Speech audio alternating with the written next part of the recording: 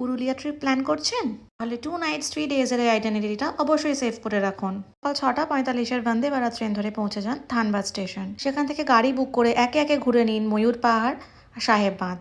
আমি শীতের সময় গেছিলাম বলে ওখানে একটা পুষ্প মেলা আর টুসু মেলা বলে একটা খুবই ফেমাস মেলা দেখতে পেয়েছিলাম। রাস্তাতেই লাঞ্চ করে নিন আর তারপর পৌঁছে যান শাল আর সেগুনের জঙ্গলের ভিতর তৈরি হওয়া এক অফবিট হোমস্টে। অফবিট মুভি থেকে ইন্সপায়ার হয়ে বানানো এই রুমগুলো বাইরে থেকে দেখতে ভীষণই কিউট লাগে। ক্যাম্পিং টেন্টও আছে, চাইলে আপনারা সেখানেও থাকতে পারেন। সন্ধ্যাবেলা গরম গরম ভেজ আর চিকেন পকোড়ার সাথে চা খেতে এখানে দারুণ লাগে। এরপর চাইলে রেস্ট নিতে পারেন বা আমাদের মতো প্রপার্টিটা একটু ঘুরে দেখতে পারেন।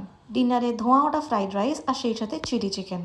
পরদিন সকাল সকাল উঠে পড়ে জঙ্গলের মধ্যে দিয়ে হালকা হাইক করে পৌঁছে যান আড়াল কানালি পাহাড় আর সেখান থেকে দেখুন সানরাইজ। এখান থেকে আপনি পুরুলিয়ার সব কটা পাহাড়গুলো 90 ডিগ্রিজ ভিউজ পেয়ে যাবেন।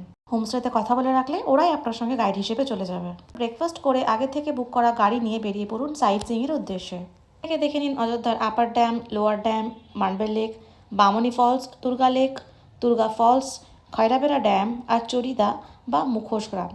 হোমস্টে ফিরে বনফায়ার আর চায়ের সাথে পুরুলিয়া ফেমাস তালপাতার চিকেন, এটা খেতে দারুণ, মিস করবেন না যেন। এরপর রাতে ডিনারে গরম গরম জিরা রাইস আর সেই সাথে চিকেন কষা। ভোরবেলা আগে থেকে ঠিক করা গাইডের সাথে ঘুরে আসুন 1/2 ঘন্টা দূরের আদিবাসী গ্রামে। হোমস্টেতে ফিরে ব্রেকফাস্ট করে আজকে বেরোবেন বাড়ির উদ্দেশ্যে। তাই দেখে নেবেন ডিমনা লেক, আপনি চাইলে বোটিংও করতে পারেন। এরপর টাটা নগর থেকে 4:25 জনশতাব্দী ধরে ব্যাক টু কলকাতা।